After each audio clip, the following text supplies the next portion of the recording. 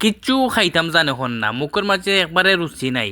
আখটা মাথার মাঝে আইলো আলু চাটনি করিলাই, আলু চাটনি খাইলে মুখের রুচিও আইব। তো আলু চাটনি করতাম সচরাচর জেলা বানাই, আজকে ইলা বানাই আর না, আজকে একটু ভিন্ন স্টাইলে করবো। আলুরে আমি পয়লা চুলাই লিছি, চুলাইয়াই উনা দিলাইছি আধা কেজির উপরে। আলু চাটনি যে করমু, এই আলু চাটনি আবার বাদ দিবা রুটি দিয়ে খাইতাম না, আমি হুদা হুদা খাইমু। এর লাগে আলু বেশি করে উনা দিছি। এখন আলু আমার উনো হয়ে গেছে, এখন ইনো আমি 2 স্লাইস চিজ অ্যাড করছি এবং পেঁয়াজের একটা স্পাইসি সস আছিল ওটা অ্যাড করে দিচ্ছি। ইনো লবণ দিয়া না, যেহেতু সস আর চিজ দুইটাত লবণ আছে এর লাগি। এখন বালা করে সুন্দর করে মিক্স করি আর আদ দিবা মাখাইলে আরও ভাল লাগলো এনে।